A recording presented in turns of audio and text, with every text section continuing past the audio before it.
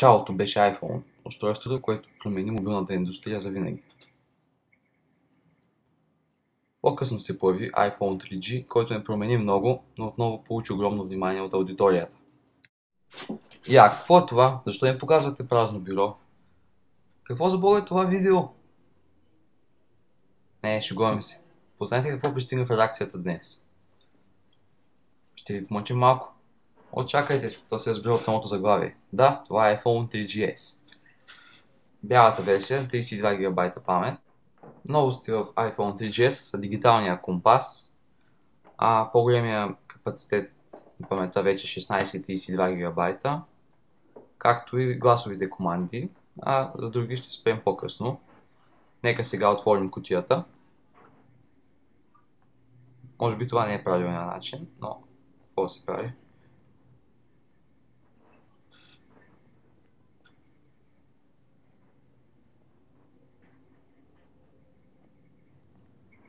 Така.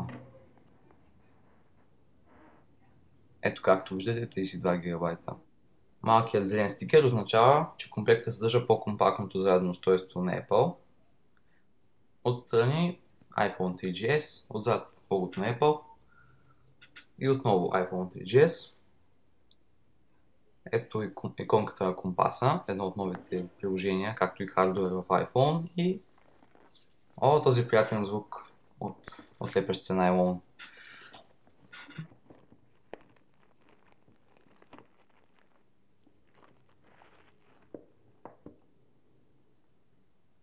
И така, да отворим кутията.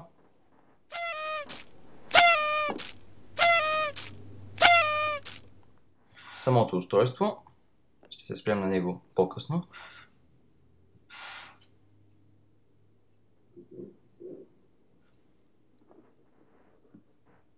И тук бяла пластмасова подставка за него.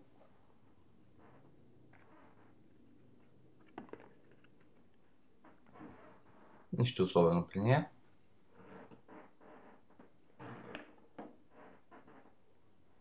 И тук малко пликче с разнообразни документи, предполагам. И може би опътване. Apple са се погрижили да не търсим кламер, за да отворим трея на SIM картата и са сложили това малко приспособление. Тук Fingertips. Това е нещо като кратко опътване.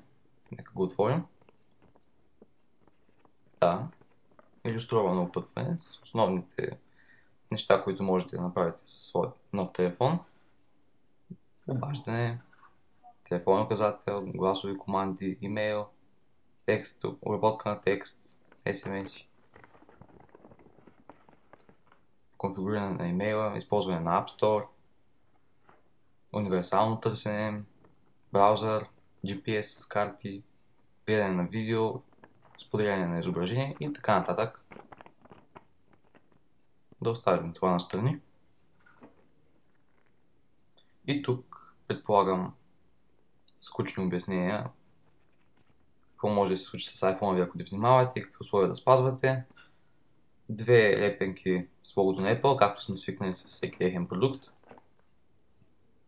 И тук ето го компактното зарядно, което е USB зарядно. Ето го и самият USB кабел, който се поставя в зарядното и така можете да го използвате и за връзка с компютър и за зареждане. Няма нужда от два кабела. И тук връзка към iPhone със стандартен iPod конектор.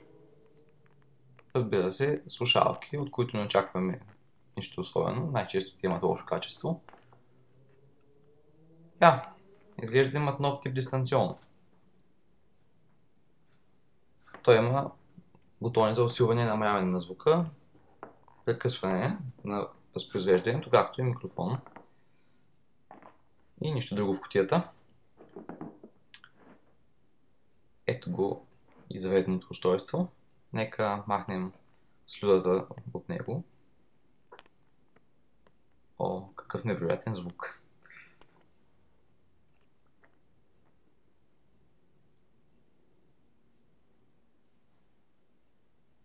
Отстрани бутони за усилване и намаляване на звука и изключването му. Отгоре Sleep Wake бутон, слот за SIM карта и 3,5 мм жак, Отпред Home бутон, отдясно нищо. Отдолу iPod конектор, микрофон и тон колонка. Отзад логото на Apple, 3,2 мегапикселова камера с автофокус. И това е. Благодарим, че гледахте нашия видео unboxing и очаквайте още видеота, свързани с това устройство, негово пълно ревю и сравнение с по-стария модел iPhone 2G, оригиналният iPhone. До скоро!